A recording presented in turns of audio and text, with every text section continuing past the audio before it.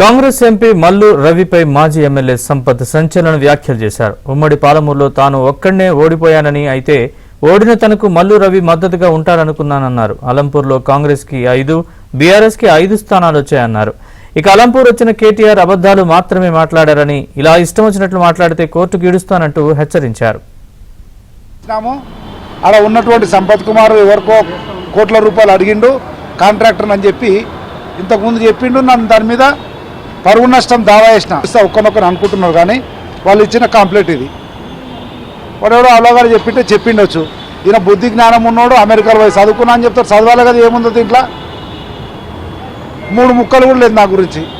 8 కోట్లు వాడిని అడిగిండు, భయపెట్టించాడు. ఇంతకుముందు చెప్పిన బాబామర్లకు ఇద్దరికి చెప్పిన, ఇద్దరి మీద కోట్ల కేసు వేసిన, మళ్ళీ కూడా వేస్తా. కోట్ల నువ్వు అనుకుంటారేమో అని కోర్టుకి ఇడుస్తా. ఇప్పుడు ఒక్క కౌన్సిలర్ ఉన్న దగ్గర మనోడు చైర్మన్ అవుతున్నాడు కదా, ఉన్నటువంటి రాజకీయ పరిస్థితులు ఆ రకంగా ఉండొచ్చు అని సరేలే మల్రాయ్ గారు పోతే అమ్మనగలే పోన్లే అనుకున్నా. కానీ ఒక్క ఓటు అవసరం ఉన్న దగ్గర మల్రాయ్ గారు వస్తారని ఆశించింది.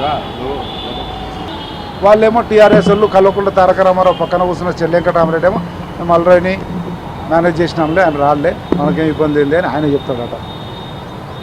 5 రోజులు అయింది, నేను ఏం మాట్లాడు, 5-6 రోజులు అయింది, 2 రోజులు అయింది. చలో నా దరిద్రం నా కర్మ అనుభవితం అనుకున్నా.